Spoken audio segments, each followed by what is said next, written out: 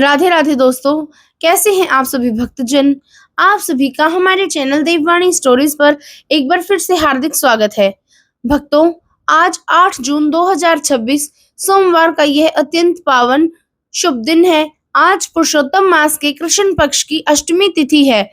आज का दिन विशेष रूप से अधिक मास, कृष्ण जन्माष्टमी और अधिक काला अष्टमी के कारण अत्यंत पुण्यदायी माना गया है। सोमवार होने के कारण भगवान शिव की उपासना का विशेष महत्व है। वहीं पुरुषोत्तम मास का प्रभाव इस दिन को और भी अधिक दिव्य बना देता है। आज के दिन भगवान श्री कृष्ण का स्मरण, भगवान श्री हरि विष्णु की भक्ति, तुलसी पूजन, विष्णु सहस्त्रनाम का पाठ, गीता पाठ तथा दीप दान करना अत्यंत शुभ माना गया है। आज के दिन कुछ विशेष शुभ मुहूर्त भी हैं। ब्रह्म मुहूर्त प्रातः 4:02 से 4:42 तक रहेगा। अभिजीत मुहूर्त दोपहर लगभग 11:56 से 12:49 तक रहेगा। विजय मुहूर्त दोपहर 2:39 से 3:34 तक रहेगा। भक्तों, कल की कथा में अवश्य याद होगा कि कल हमने पुरुषोत्तम मास के व्रत में सभी महत्वपूर्ण नियम, त्याग, आहार विहार और उसकी अद्भुत महिमा के बारे में जाना था। महर्षि वाल्मीकि ने बताया था कि पुरुषोत्तम मास का व्रत केवल भोजन का त्याग नहीं है, बल्कि अपने विचारों, वाणी, व्यवहार और जीवन को शुद्ध करने का एक दिव्य अवसर है।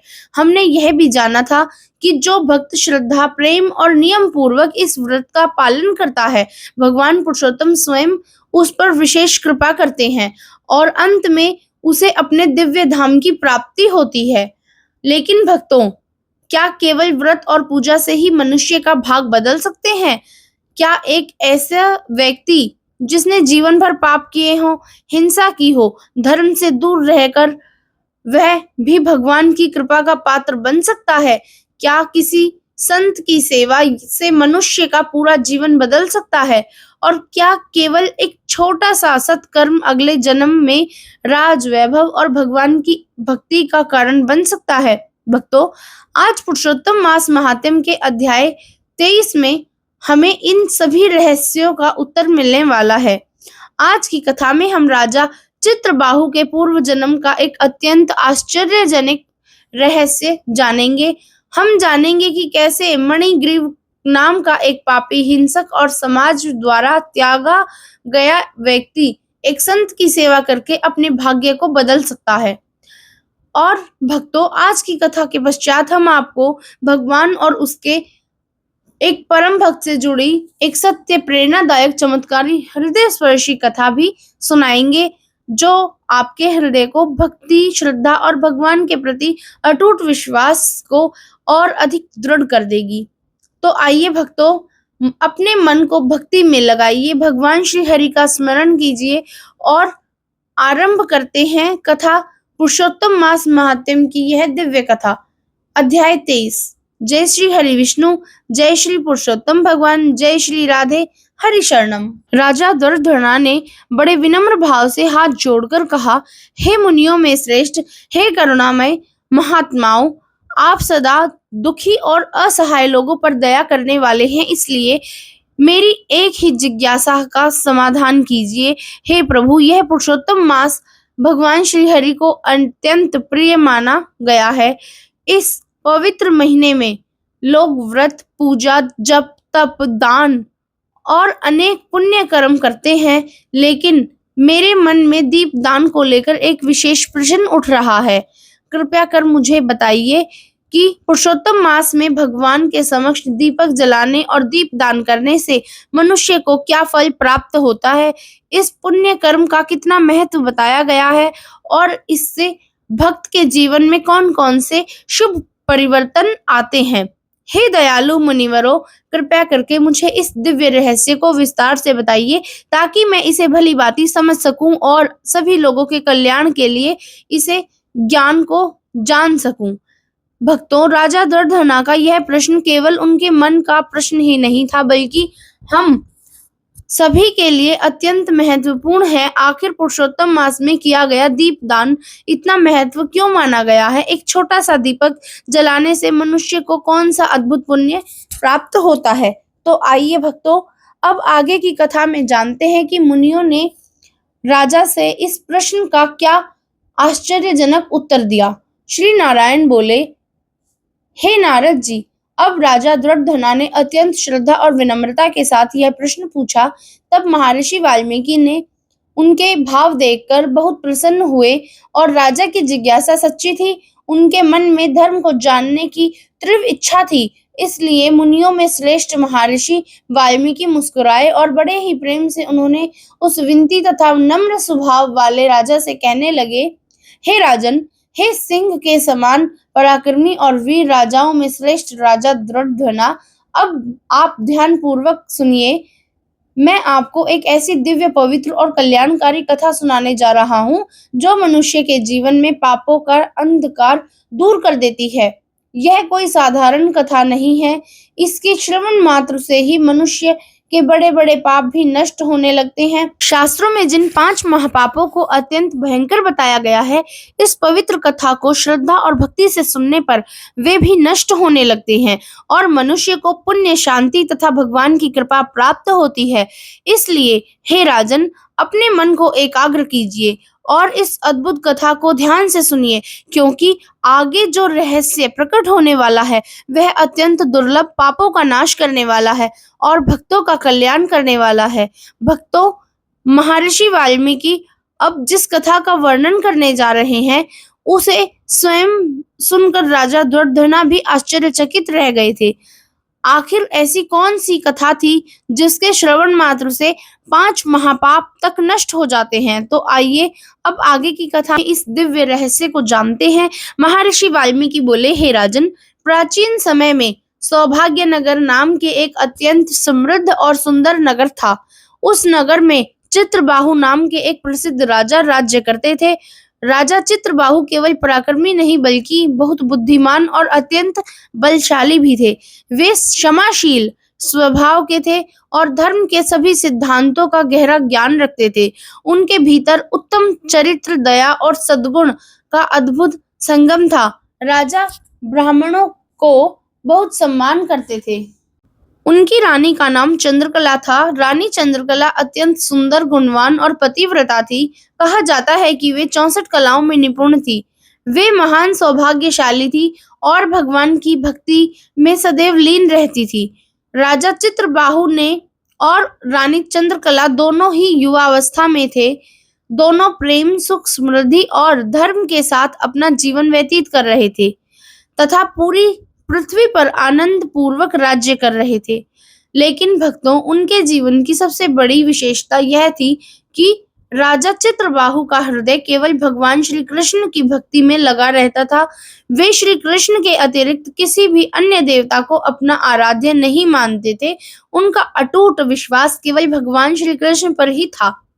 सब कुछ होते हुए भी राजा चित्रबाहु के जीवन में एक ऐसा रहस्य छिपा था जिसे जानकर स्वयं महर्षि भी आश्चर्यचकित रह गए। आखिर राजा चित्रबाहु को इतना महान वैभव, सुख और भगवान की विशेष कृपा कैसे प्राप्त हुई? उनके पिछले जन्म में ऐसा कौन सा पुण्य कर्म था जिसने उन्हें इतना भाग्यशाली बना दिया? आइए अब आगे की कथा में इस अद्भुत रहस्य को जानते हैं। महर्षि वाल्मीकि बोले, हे राजन, एक दिन की बात है। राजा चित्रबाहु अपने राजमहल में विराजमान थे। तभी उनकी दृष्टि दूर से आ रहे महान तपस्वी पर और मुनियों में श्रेष्ठ अगस्त्य मुनि पर पड़ी। जैसे ही राजा ने अगस्त्य मुनि को देखा, वे तुरंत अपने आसन से उठ खड़े हुए। उनके मन में मुनि के प्रति गहरा सम्मान और भक्ति का भाव उमड़ा। वे आगे बढ़कर पृथ्वी पर पूर्ण दंडवत प्रणाम करके मुनि श्रेष्ठ का स्वागत किया। इसके बाद राजा ने शास्त्रों के अनुसार अत्यंत आदर और श्रद्धा के साथ अगस्त्य मुनि की पूजा अर्चना की। फिर बड़े ही प्रेम से उन्हें उत्तम आसन प्रदान किया और स्वयं विनम्र भाव से उनके सामने बैठ गए। राजा चित्रबाहु का हृदय आनंद से भर गया। वे हाथ जोड़कर अत्यंत नम्रता से अगस्त्य मुनि से कहने लगे, हे मुनिवर, आज मेरा जीवन धन्य हो गया, आज मेरा जन्म सफल हो गया, आज का यह शुभ दिन सफल हो गया है। हे प्रभु, आज मेरा राज्य सफल हो गया है, मेरा महल सफल हो गया और मेरा समस्त जीवन भी सफल हो गया है, क्योंकि भगवान श्री कृष्ण के परम भक्त और सेवक स्वयं मेरे घर पधारे हैं। आप जैसे महान संत का दर्शन करना कोई साधारण बात नहीं है। आपके चरणों का दर्शन पाकर मुझे ऐसा अनुभव हो रहा है कि मेरे जीवन के पाप सभी कष्ट दूर हो गए हों। आपके दर्शन मात्र से ही मैं पापों के बड़े से बड़े समूह से भी मुक्त हो गया हूँ। हे मुनि श्रेष्ठ, मेरे पास जो कुछ भी है, यह राज्य, यह धन, यह वैभव, हाथी घोड़े, रथ, सोना, सेना और संपूर्ण राज्य सत्ता, यह सब आपके चरणों में समर्पित है। मैं अपने आप को अत्यंत भाग्यशाली समझता हूँ। मुझे आपके दर्शन और आपकी सेवा का अवसर प्राप्त हुआ। भक्तों, राजा चित्रबाहु के हृदय में संतों के प्रति कितना सम्मान और श्रद्धा थी, यह उनके इन विनम्र वचनों से स्पष्ट दिखाई दे रहा था। लेकिन अगस्त्य मुनि राजा की बात सुनकर उन्हें ऐसा उत्तर देने वाले थे कि जिससे एक अत्यंत आश्चर्यजनक रहस्य सामने आने वाला था। आखिर अगस्त्य मुनि राजा चित्रबाहु से क्या कहेंगे और राजा के जीवन में ऐसा कौन सा छिपा हुआ रहस्य अब प्रकट होने वाला था। आइए भक्तों, इस कथा में आगे जानते हैं। राजा चित्रबाहु आगे बोले, हे मुनि श्रेष्ठ, आप भगवान श्री हरि के परम भक्त हैं। आपके लिए मेरे पास ऐसी कोई वस्तु नहीं है जिसे मैं अर्पित ना कर सकूं। मेरा सब कुछ आपके चरणों में समर्पित है। शास्त्रों में कहा गया है कि वैष्णव भक्त को श्रद्धा से दिया गया छोटा सा दान भी मेरु पर्वत के समान महान फल देता है। वेदों के ज्ञाता कहते हैं कि जिस दिन कोई व्यक्ति भगवान विष्णु के भक्त ब्राह्मण को थोड़ा सा भी अन्न या साग नहीं देता, वह दिन उसके लिए व्यर्थ माना जाता है। हे प्रभु, जो भी भगवान विष्णु के सच्चे भक्त हैं, वे सभी पूजनीय हैं। उनका मन, वचन और कर्म से सम्मान करना चाहिए। मुझे यह उपदेश महर्षि गर्ग ने और महर्षि गौतम और महर्षि सुमंत जैसे महान ऋषियों ने दिया है। इसलिए मैं भगवान के भक्तों की सेवा को अपना परम सौभाग्य मानता हूँ। भक्तों, राजा चित्रबाहु के हृदय में संतों के भगवान के भक्तों के प्रति अपार श्रद्धा थी। उनकी विनम्र बातें सुनकर अगस्त्य मुनि अत्यंत प्रसन्न हुए, लेकिन अब वे राजा को उनके पूर्व जन्म का एक ऐसा रहस्य बताने वाले थे जिसे सुनकर स्वयं राजा भी आश्चर्य में पड़ जाएंगे। राजा की बातें सुनकर अगस्त्य मुनि प्रसन्न हुए और बोले, हे राजन, जैसे सूर्य उदय होने तक ही तारों की चमक दिखाई देती है, उसी प्रकार जब तक सच्चे वैष्णव भक्त का दर्शन नहीं होता, तब तक ही अन्य ब्राह्मणों का महत्व माना जाता है। हे चित्रबाहु, हे महाभाग, आप वास्तव में धन्य हैं। आपकी प्रजा भी धन्य है, क्योंकि आप भगवान के भक्तों और वैष्णवों का सम्मान तथा उनकी रक्षा करते हैं।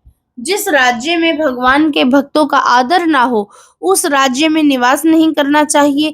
उससे तो निर्जन वन में ही रहना अधिक श्रेष्ठ है, क्योंकि जहाँ वैष्णव का सम्मान होता है, वहाँ धर्म, पुण्य और भगवान की कृपा स्वयं निवास करती है।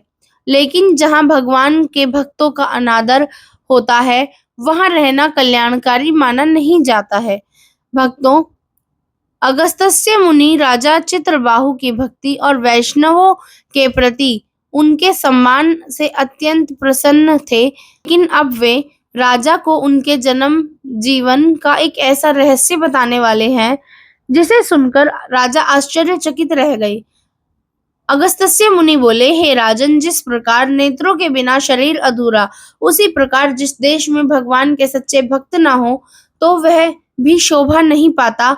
जैसे दांत बिना हाथी और पंखों के बिना पक्षी अधूरे माने जाते हैं, वैसे ही वैष्णव भक्तों के बिना कोई राज्य पूर्ण नहीं माना जाता।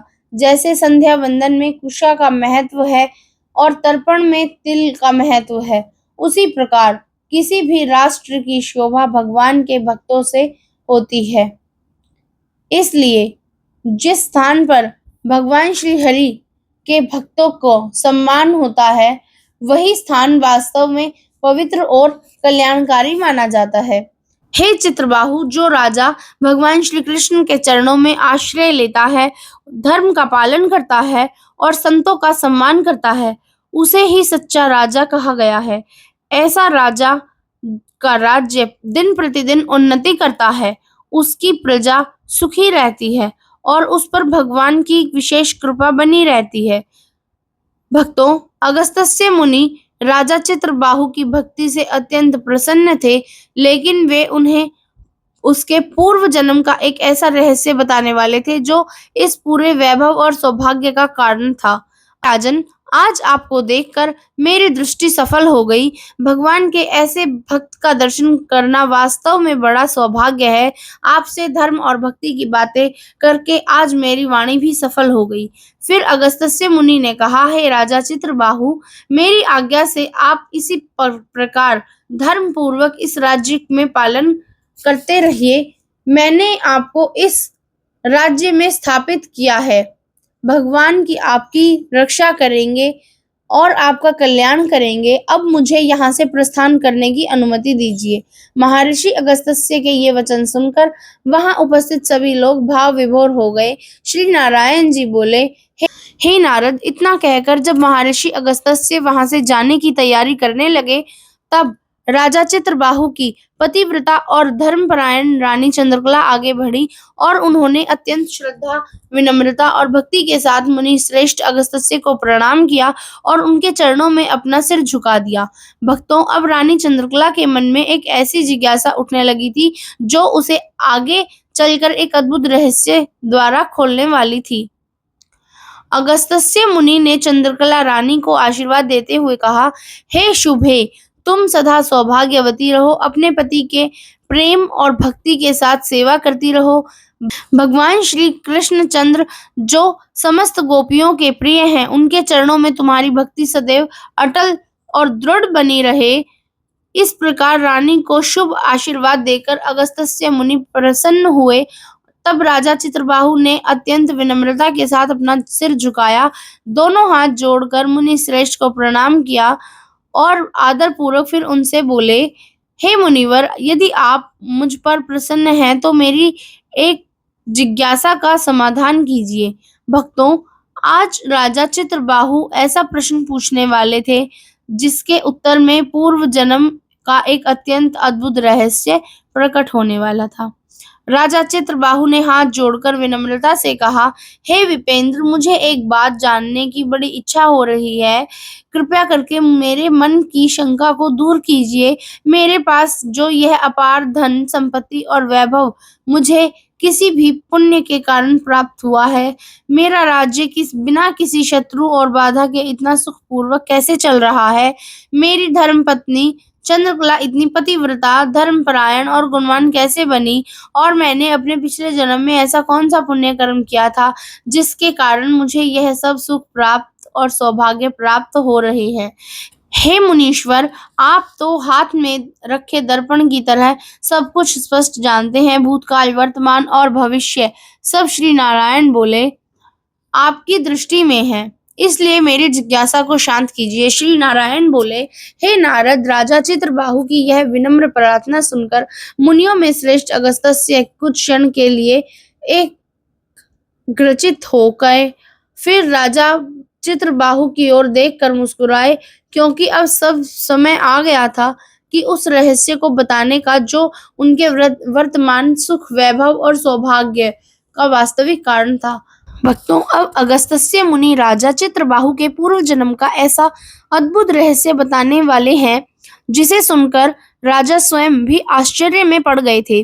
आइए भक्तों, आज की कथा में जानते हैं। अगस्त्य मुनि बोले, हे राजन, मैंने अपने दिव्य ज्ञान से तुम्हारे पूर्व जन्म का पूरा वृत्तांत देख लिया है। अब मैं तुम्हारे बारे में तुम्हें उस पुराने जीवन की कथा सुनाता हूँ जिसे सुनकर तुम आश्चर्यचकित रह जाओगे। समय बहुत पहले एक चमत्कारपुर नाम का एक सुंदर नगर में तुम शूद्र जाति के नाम में जन्मे थे। उस समय तुम्हारा नाम मणिग्रीव था, लेकिन उस जन्म में तुम्हारा स्वभाव अच्छा नहीं था।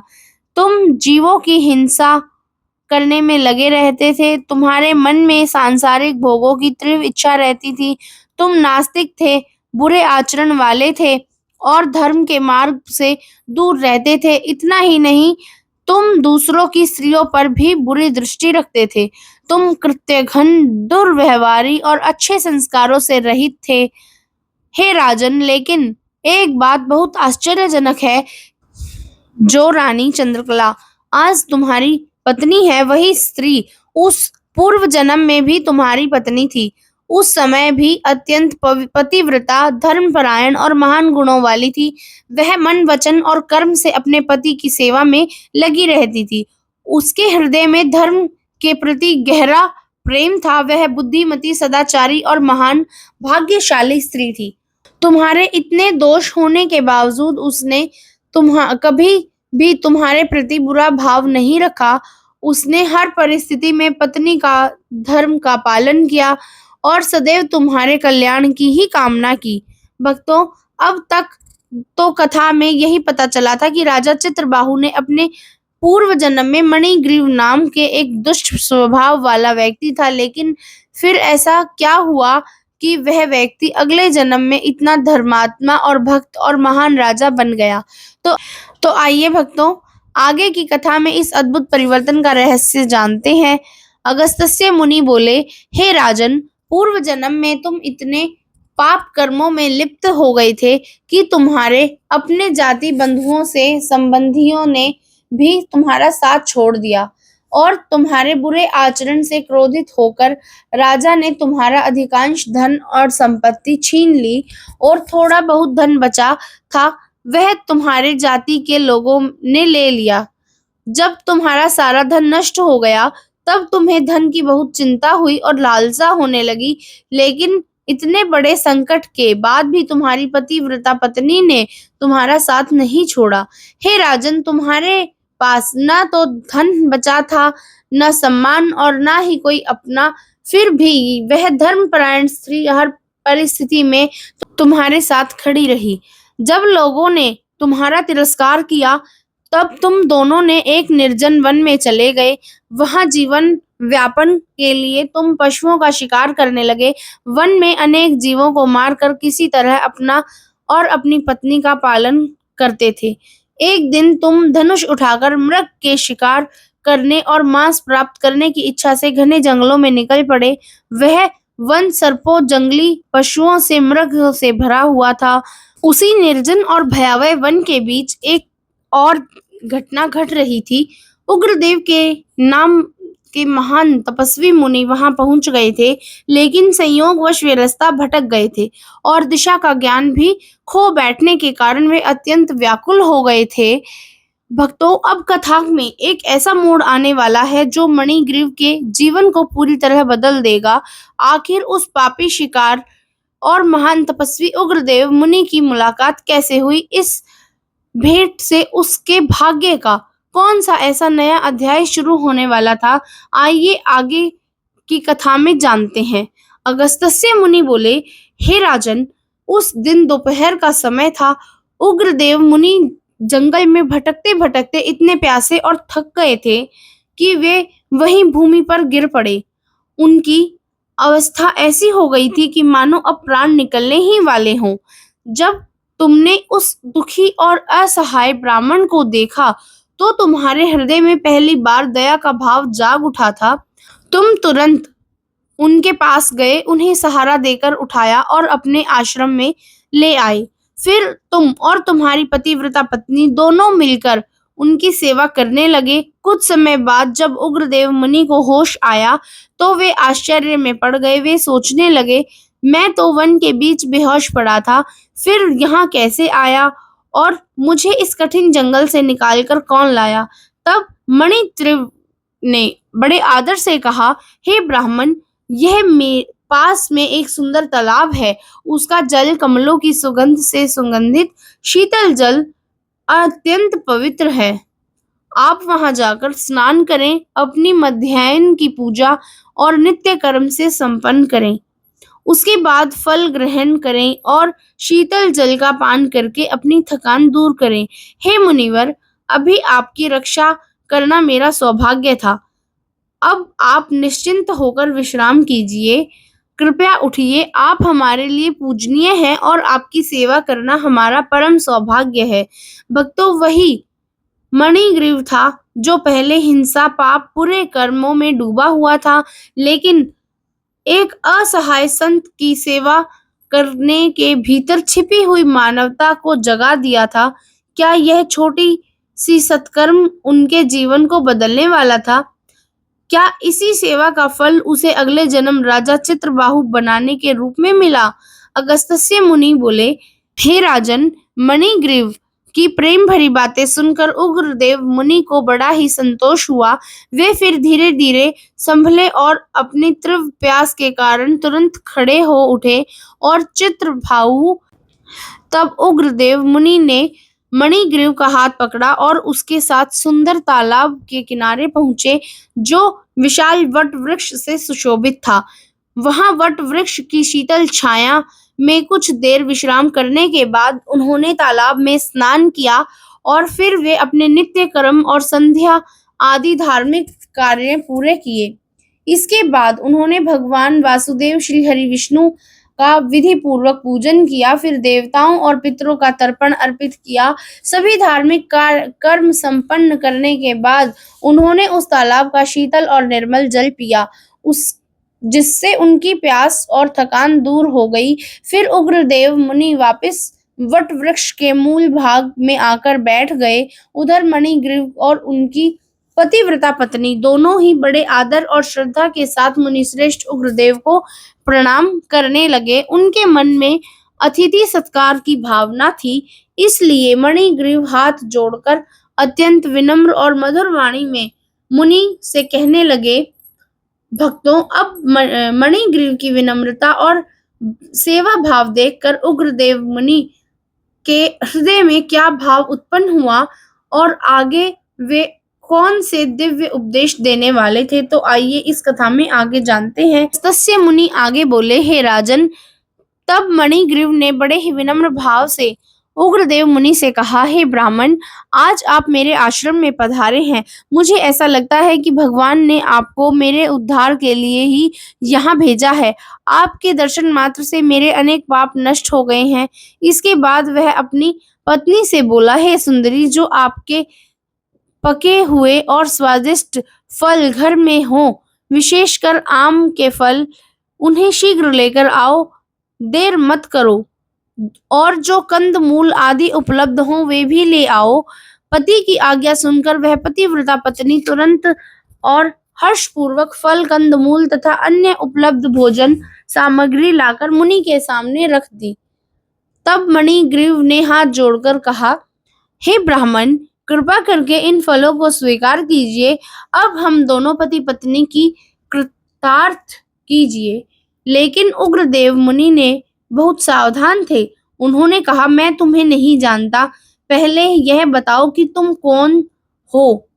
शास्त्रों के अनुसार किसी विद्वान ब्राह्मण को अपरिचित व्यक्ति का भोजन ग्रहण नहीं करना चाहिए। तब मणिग्रीव ने बिना कुछ छिपाए विनम्रता से उत्तर दिया, हे द्विज श्रेष्ठ, मेरा नाम मणिग्रीव है। मैं शूद्र जाति में जन्मा हूँ। मेरे बुरे कर्मों के कारण मुझे मेरे स्वजनों, जाति बंधुओं और रिश्तेदारों ने त्याग दिया है। भक्तों, पहली बार मणिग्रीव ने अपने जीवन का सच्चा परिचय किसी के सामने रखा था, लेकिन क्या उसकी सच्चाई और विनम्रता उग्रदेव मुनि के हृदय को बदल देगी? तो आइए आगे कथा में जानते हैं। अगस्त्य मुनि बोले, हे राजन, मणिग्रीव की सच्ची और विनम्र बातें सुनकर उग्रदेव मुनि बहुत प्रसन्न हुए और उन्होंने प्रेम से उसके द्वारा लाए हुए फल ग्रहण किए और शीतल जल पिया। भोजन के बाद जब मुनि आराम से बैठे थे, तब मणिग्रीव बड़े आदर से उनके चरण अपनी गोद में रखकर दबाने लगे और विनम्रता से बोले, हे मुनिश्रेष्ठ, आप कहाँ जा रहे हैं? इस भयानक वन में कैसे आ गए? यह जंगल तो जल रहित और निर्जन और हिंसक पशुओं से भरा हुआ है। तब उग्रदेव मुनि बोले, हे मणिग्रीव, मैं एक ब्राह्मण हूँ और प्रयाग जाने के लिए निकला था, लेकिन रास्ता भटक जाने के कारण इस घने वन में आ पहुंचा। अत्यधिक थकान और प्यास के कारण मेरी अवस्था ऐसी हो गई कि मैं मृत्यु के निकट पहुंच गया था, लेकिन तुमने मेरी सहायता करके मेरे प्राण बचा लिए। हे मणिग्रीव, अब बताओ कि मैं तुम्हें क्या दूं, और तुम दोनों पति पत्नी किस दुख के कारण इस वन में रह रहे हो? निसंकोच होकर अपनी पीड़ा मुझे बताओ। यदि संभव हुआ तो मैं तुम्हारे दुख को दूर करने का उपाय अवश्य बताऊंगा। अगस्त्य मुनि बोले, हे चित्रबाहु, उग्रदेव मुनि के ये करुणा भरे वचन सुनकर मणिग्रीव के हृदय से आशा की एक नई किरण जाग उठी। अपनी पत्नी की ओर देखकर उग्र मुनि को प्रणाम किया। फिर दरिद्रता और दुख के इस अथाह समुद्र से बाहर निकलने की इच्छा से उसने अपने जीवन की पूरी दुखद कहानी सुनानी प्रारंभ की।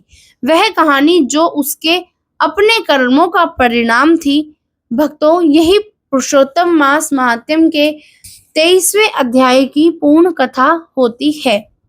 लेकिन आगे की कथा और भी अद्भुत है और मणिग्रीव को अपने जीवन के पापों का दुख और कर्मों का पूरा रहस्य बताने वाला है। क्या उग्रदेव मुनि उनके जीवन को बदलने में कोई मार्ग बताएंगे? क्या उनके भाग्य का अंधकार दूर हो जाएगा? यह सब जानेंगे पुरुषोत्तम मास महात्म्य के अध्याय 24 में। अब तक के लिए जय श्री हरि विष्णु, जय श्री पुरुषोत्तम भगवान, हरि शरणम। भक्तों, इस प्रकार पुरुषोत्तम मास महात्म्य के अध्याय 23 की अत्यंत अद्भुत, प्रेरणादायक, हृदय स्पर्शी कथा यही पूर्ण होती है। आज की कथा में हमने देखा कि कैसे पूर्व जन्म में मणिग्रीव नाम के एक व्यक्ति अपने पाप कर्मों के बुरे आचरण के कारण आज सब कुछ खो बैठा है। उसके अपने ही लोग उसका साथ छोड़कर चले गए, उसका धन चला गया और उसने अपनी पतिव्रता पत्नी के साथ वन में जीवन बिताना पड़ा। लेकिन भक्तों, भगवान की लीला भी कितनी अद्भुत है कि जिस मणिग्रीव का जीवन अंधकार से भरा हुआ था, उसी के जीवन में उग्रदेव ने मुनि जैसे महान संत का आगमन हुआ और एक असहाय ब्राह्मण की निस्वार्थ सेवा से उसके भाग्य के बदलने की शुरुआत कर दी। आज हमने यह भी देखा कि मनुष्य कितना भी पापी क्यों न हो, यदि उसके हृदय में दया, सेवा और संतों के प्रति सम्मान भाव जाग जाए तो उसके जीवन में परिवर्तन का मार्ग खुल जाता है। लेकिन भक्तों, मणिग्रीव की कहानी अभी भी समाप्त नहीं हुई है। आखिर ऐसा कौन सा भयंकर पाप था जिसके कारण उसे अपना घर, परिवार, संपत्ति खोनी पड़ी? उसके जीवन में इतनी दरिद्रता और दुख क्यों आया? उग्रदेव मुनि उसे कौन सा दिव्य उपदेश देने वाले थे? और सबसे बड़ा रहस्य, कैसे वही मणिग्रीव अगले जन्म में इतना वैभवशाली धर्मात्मा और भगवान श्री कृष्ण का परम भक्त राजा चित्रबाहु बना? इन सभी रहस्यों का उत्तर हमें अगली कथा में मिलेगा। भक्तों, अब हमें अनुमति दीजिए, हम कल सुबह ठीक 7 बजे फिर मिलेंगे एक नई पावन वीडियो के साथ, जिसमें हम जानेंगे पुरुषोत्तम मास महात्म्य के अध्याय 24 की अत्यंत रहस्यमयी, आध्यात्मिक ज्ञान से भरपूर कथा। भक्तों, कल की कथा में मणिग्रीव अपने जीवन का ऐसा रहस्य बताएगा जिसे सुनकर स्वयं उग्रदेव मुनि भी उसे भगवान की कृपा प्राप्त करने का दिव्य मार्ग बताएंगे। इसलिए कल की कथा को बिल्कुल भी मिस मत कीजिएगा। तब तक के लिए जय श्री हरि विष्णु, जय श्री पुरुषोत्तम भगवान, हरि शरणम, राधे राधे।